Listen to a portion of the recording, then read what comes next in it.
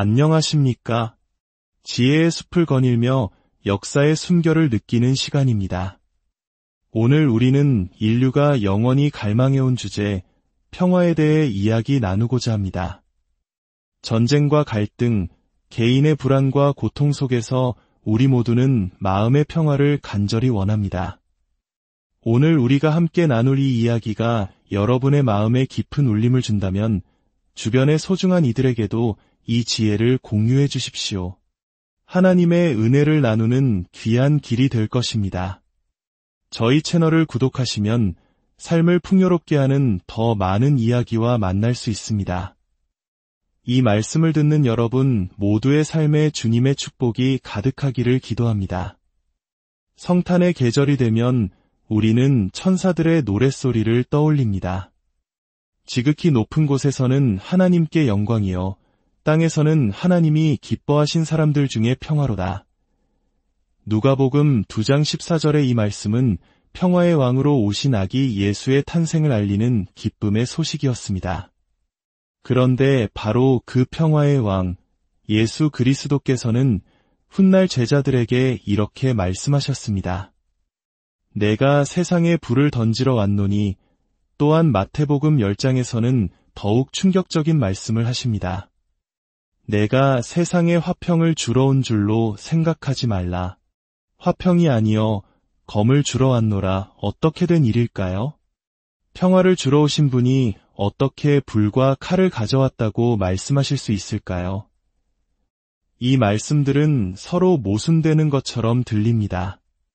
마치 예수님께서 자신이 하신 말씀을 스스로 부정하는 것처럼 보입니다. 여기에 바로 우리가 알아야 할 성경적 평화의 깊은 비밀이 숨어 있습니다. 많은 사람들은 예수님을 그저 온화하고 부드러운 성인 정도로 생각하려 합니다. 하지만 예수님 스스로는 말씀하십니다. 너희가 잘못 생각했다. 나는 세상의 거짓된 평화를 깨뜨리고 진정한 변화의 불을 지피는 자이며 진리와 비진리를 가르는 날카로운 검을 든 자. 우리가 살고 있는 이 시대는 불안의 시대라고 불립니다. 기술은 눈부시게 발전했지만 세상 곳곳에서는 여전히 정치적, 사회적 혁명과 갈등이 끊이지 않고 있습니다. 낡은 질서는 무너지고 새로운 질서가 세워지는 과정 속에서 수많은 국가들이 혼란을 겪고 있습니다. 이는 마치 20세기 격동의 시대를 지나온 우리의 역사와도 같습니다. 전쟁의 폐허 속에서 눈부신 성장을 이루었지만 그 과정에서 우리는 얼마나 많은 아픔과 갈등을 겪어야 했습니까? 세상은 이처럼 끊임없이 변하고 이기는 계속해서 우리를 찾아옵니다. 하지만 기억하십시오. 하나님께서는 이 세상을 사랑하시며 바로 당신을 사랑하십니다.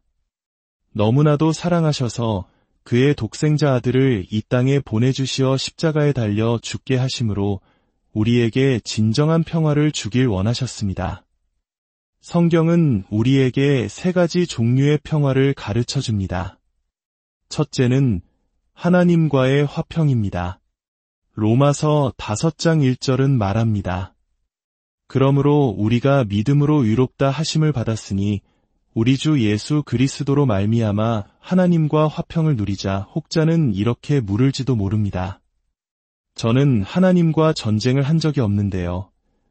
그러나 성경의 관점에서 볼 때 하나님의 뜻을 따르지 않고 내 마음대로 살아가는 삶 자체가 하나님에 대한 반역이며 영적인 전쟁 상태입니다.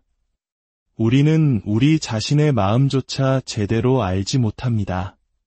성경은 만물보다 거짓되고 심히 부패한 것은 마음이라고 말합니다. 이것이 바로 우리를 향한 하나님의 진단입니다. 마치 병원에서 엑스레이를 찍으면 내 눈에는 보이지 않던 몸속의 문제가 드러나는 것처럼 하나님의 말씀이라는 엑스레이는 우리 영혼 깊은 곳에 숨겨진 죄의 문제를 비추어 줍니다. 기도에 시간을 들이지 않고 말씀을 공부하는 데 시간을 쓰지 않으며 내 삶을 온전히 주님께 드리지 않는 것. 하나님은 이 모든 것을 보시며 당신의 마음이 죄로 물들어 있다고 진단하십니다. 그렇다면 이 끊어진 관계를 어떻게 회복하고 하나님과 화평을 이룰 수 있을까요? 그 해답이 바로 십자가에 있습니다. 십자가 위에서 예수 그리스도께서는 한 손으로 거룩하신 하나님의 손을, 다른 한 손으로 죄인된 우리의 손을 붙잡으셨습니다. 그리고 자신의 몸을 희생제물로 내어주심으로 하나님과 우리 사이에 막힌 담을 허시고 화해의 길을 열어주셨습니다. 우리는 오직 십자가를 통해서만 하나님께 나아갈 수 있습니다. 소련의 강제 수용소에서 오랜 시간을 보냈던 작가 알렉산드르 솔제니친의 이야기는 우리에게 깊은 울림을 줍니다.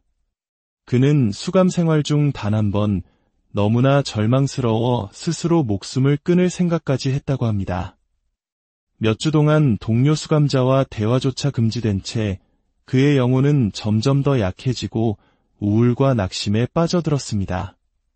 그의 모습을 지켜보던 한 동료가 어느 날 감방 바닥의 흙 위에 나무 조각으로 조용히 십자가를 그렸습니다.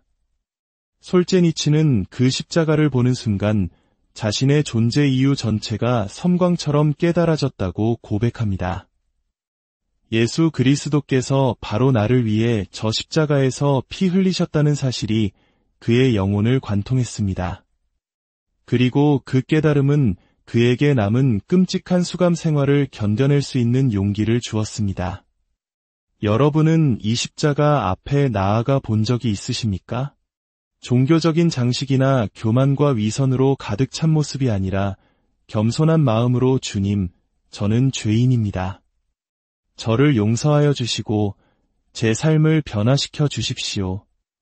라고 고백해 본 적이 있으십니까?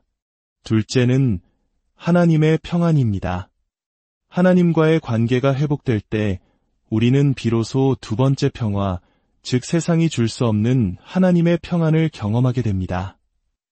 예수님께서는 말씀하셨습니다. 평안을 너희에게 끼치노니 곧 나의 평안을 너희에게 주노라.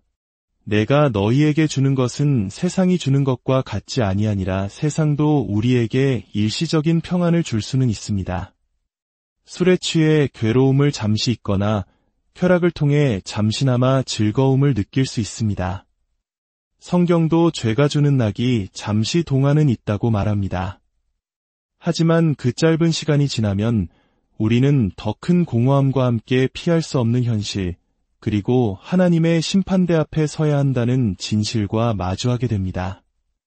그러나 예수님이 주시는 평안은 다릅니다. 그것은 환경과 상황을 초월하는 평안입니다.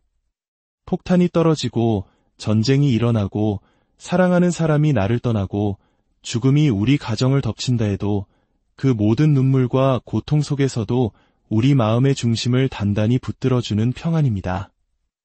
예수님의 삶을 보십시오. 그분은 단 3년의 공생의 기간 동안 수많은 일을 하셨지만 결코 서두르거나 조급해하지 않으셨습니다. 모든 사람에게 시간을 내어주셨고 그분의 삶에는 늘 고요한 평온함이 흘렀습니다. 왜냐하면 그분은 하나님의 계획이 자신을 십자가로 인도하고 있음을 아셨기 때문입니다. 하나님은 공의의 하나님이시기에 우리의 죄를 그냥 눈감아 주실 수 없었습니다. 죄의 대가는 반드시 치러져야 했습니다. 누군가는 그 형벌을 받아야 했습니다. 바로 예수 그리스도께서 내가 가겠습니다. 라고 자원하시어 우리가 받아야 할 심판과 지옥의 고통을 십자가 위에서 대신 짊어지셨습니다. 그분은 십자가 위에서 자신을 조롱하는 자들을 향해 기도하셨습니다. 아버지, 저들을 사하여 주옵소서. 자기들이 하는 것을 알지 못함이니이다. 저는 언젠가 천국에서 예수님의 손에 못을 박았던 그 로마 병사들을 만날 수 있으리라 믿습니다. 왜냐하면 하나님께서는 그날 아들의 기도를 분명히 들어주셨을 것이기 때문입니다. 십자가 옆에 달렸던 강도를 기억하십니까? 그는 평생을 살인과 강도질로 살아온 흉악한 죄인이었습니다. 죽어 마땅한 사람이었습니다. 그런 그가 마지막 순간에 한 일은 오직 하나, 예수님을 향해 예수여, 당신의 나라에 임하실 때에 나를 기억하소서라고 부르짖은 것뿐이었습니다. 예수님께서는 즉시 대답하셨습니다. 오늘 내가 나와 함께 낙원에 있으리라. 구원은 그렇게 즉각적으로 일어날 수 있습니다. 빌립보 감옥에 갇혔던 바울과 실라가 한밤중에 찬송할 때 옥문이 열리는 기적이 일어났습니다. 죄수들이 탈옥한 줄 알고 칼을 빼어 자결하려던 간수에게 바울이 외칩니다. 내 몸을 상하게 하지 말라. 우리가 다 여기 있노라. 두려움에 떨며 엎드린 간수가 내가 어떻게 하여야 구원을 받으리이까? 라고 물었을 때 바울은 주 예수를 믿으라. 그리하면 너와 내 집이 구원을 받으리라. 고 선포했습니다. 그 순간 간수는 그리스도를 영접했고 그의 삶은 완전히 변화되었습니다. 오늘 밤 여러분의 삶도 이처럼 변화될 수 있습니다. 그리스도께서 당신의 마음을 만지시면 당신은 결코 이전과 같은 사람으로 살아갈 수 없을 것입니다. 그리고 마지막 셋째는 우리 이웃과의 평화입니다. 예수님께서는 서로 화목하라고 말씀하셨습니다. 우리는 평화를 위해 노력해야 합니다. 그러나 하나님 없는 인간은 결코 영원한 평화를 이룰 수 없습니다. 인류 역사상 수만 개의 평화 조약이 맺어졌지만 전쟁은 단 한 번도 멈춘 적이 없습니다. 하지만 전쟁이 완전히 사라질 날이 올까요? 네, 성경은 그날이 반드시 온다고 약속합니다. 이사야 2장 4절은 이렇게 예언합니다. 그들이 그들의 칼을 쳐서 보습을 만들고 그들의 창을 쳐서 낫을 만들 것이며 이 나라와 저 나라가 다시는 칼을 들고 서로 치지 아니하며 다시는 전쟁을 연습하지 아니하리라. 그날에는 사자와 어린 양이 함께 뛰놀고 아이가 독사의 굴에 손을 넣어도 해를 입지 않는 놀라운 평화가 임할 것입니다. 눈물도, 고통도, 병원도, 군대도, 죽음도, 무덤도 없는 영광스러운 세상이 우리를 기다리고 있습니다. 그 세상은 누가 다스릴까요? 유엔이나 인간의 정부가 아닙니다. 오직 하나님께서 친히 다스리시는 신정정치가 이루어질 것입니다. 그분은 완전한 공의와 완전한 사랑, 그리고 완전한 자비로운 세상을 통치하실 것입니다. 이것이 바로 성경이 약속하는 우리의 미래입니다. 저 또한 제 인생의 모든 것을, 그리고 앞으로 제가 가질 모든 것을 바로 이 약속의 말씀 위에 걸었습니다.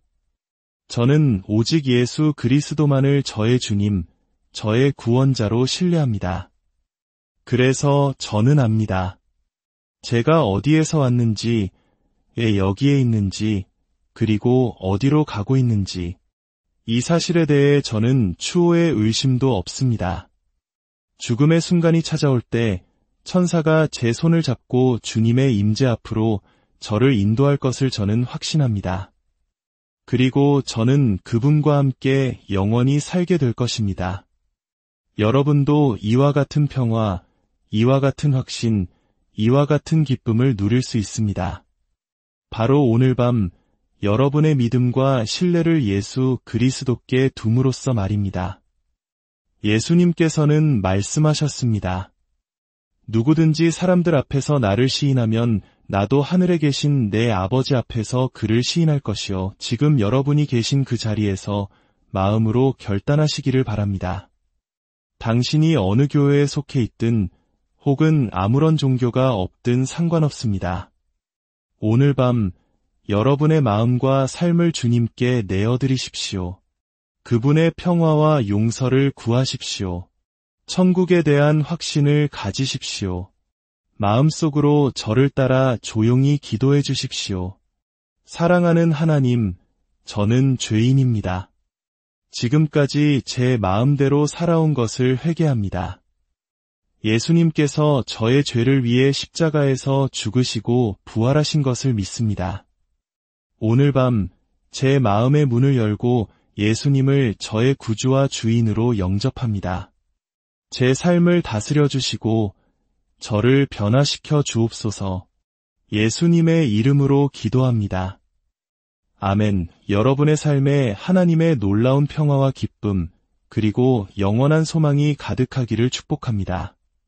그리고 잊지 마시고 이번 주일에는 가까운 교회에 꼭 한번 방문해 보시기를 권합니다. 그곳에서 살아계신 하나님을 만나는 축복이